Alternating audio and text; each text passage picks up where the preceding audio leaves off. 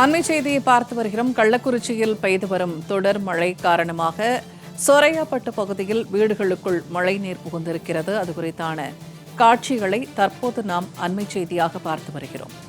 மழைநீரை அகற்ற மாவட்ட நிர்வாகம் உரிய நடவடிக்கை எடுக்க வேண்டும் என்று குடியிருப்புவாசிகள் கோரிக்கையை முன்வைத்திருக்கிறார்கள்.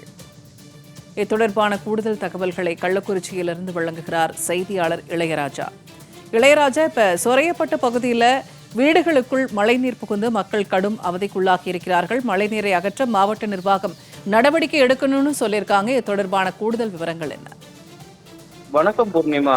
கள்ளக்குறிச்சி மாவட்டம் திருக்கோவிலூர் அருகே உள்ளது சொரையப்பட்டு கிராமம். இந்த கிராமத்தில் நேற்று இரவு பெய்த தொடர் கனமழையின் காரணமாக அந்த பகுதியில் வசித்து வரும் காசியம்மாள் என்பவரது வீட்டில் மழைநீர் புகுந்துள்ளது. இது குறித்து ஊராட்சி நிர்வாகத்திடம் தெரிவித்தும் இதுவரை எந்தவித நடவடிக்கையும் எடுக்கவில்லை என குற்றச்சாட்டு சொல்லப்படுகிறது.